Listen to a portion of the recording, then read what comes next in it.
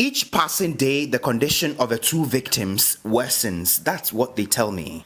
For the lady who was captured in the viral sex video, her injuries are more than just blisters and bruises.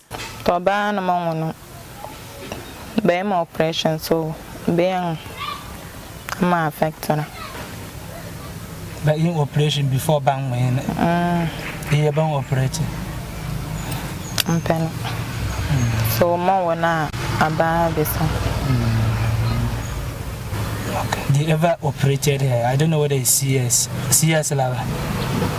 I don't know. It's the same.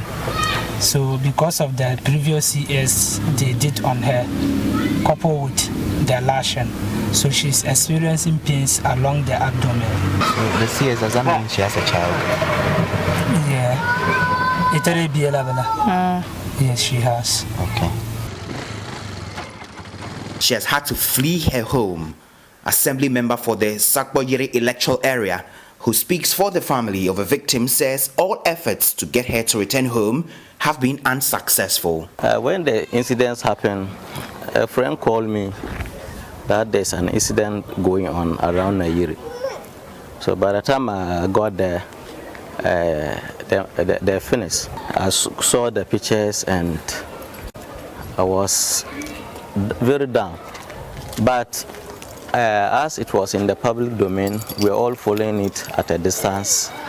So the following day, I had a call from our director, social welfare, that they want to come and see the lady involved. So if I could assist. So I came to the house, met the mother, and then the mother told me that she did not know her whereabouts. So I called the director, social welfare, and informed him that we are having difficulty getting her. Even since, for the past 2 days, we can't even locate her. According to him, the lady has a history of a mental health disorder. She's not all that well. I think it started at her childhood. Yes, so she underwent some treatment, but I think it wasn't successful. So she acts somehow abnormally. So because of that, she has been in the market doing things on her. Well, my colleague Komla Adum has been on the beat of this story for a while now. He has joined us on Zoom to help us understand the happenings there a week since the incident happened. Komla, thank you for your time with us again on the program. So the Warner's Palace was in a meeting recently to find, ways forward on how to resolve the issue. What is the latest from that? Well, let me give you the latest. We have just left the office of the social welfare department. We had an engagement with the director of the department who mentioned to us that as of now, they've been able to reach out to the victims, both of them in question, the young lady who prior to now, was a challenge, getting to, they've now been able to establish contact with her.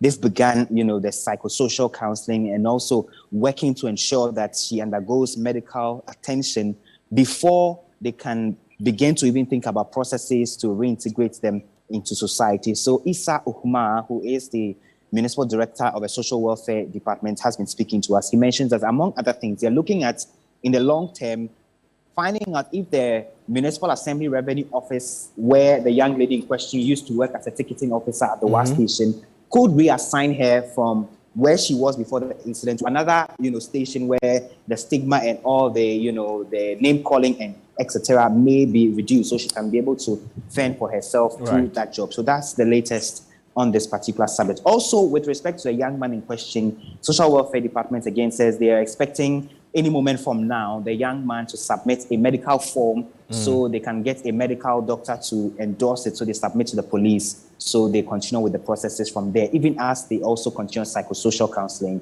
for the young man as well.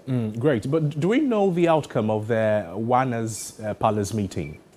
It remains unclear. We understand that the aim of that meeting was just to iron out, the way forward, because there appears to be some tension, in the community, as the youth on one side, having been acting on a directive from the palace to flog the two individuals who were involved in this sex tape versus the law, which also speaks about, causing harm, unlawful harm, assault, etc. So that is what the meeting, which was closed door, the regional minister, the police commander, the palace chiefs were supposed to trash out, and of course it wasn't open to the media. We understand there have been a lot of progress that has been made in that area. Right. Kamala, before you take leave of us, tell us, how are the victims receptive of the help from the social welfare department? So I managed to reach out to the young lady in question because at the time we met her, she was unwilling to speak to anybody. We actually mooted the idea of getting the social welfare individuals to come meet her where she was at the time. She said she was not willing to see anybody, but now we understand that she's been talked through it, and so she's beginning to open up gradually, even speaking about her ordeal and the state of her health and the kind of assistance she needs at this point, which is what the social welfare department tell me is a big step forward. Thank you so much for your time with us.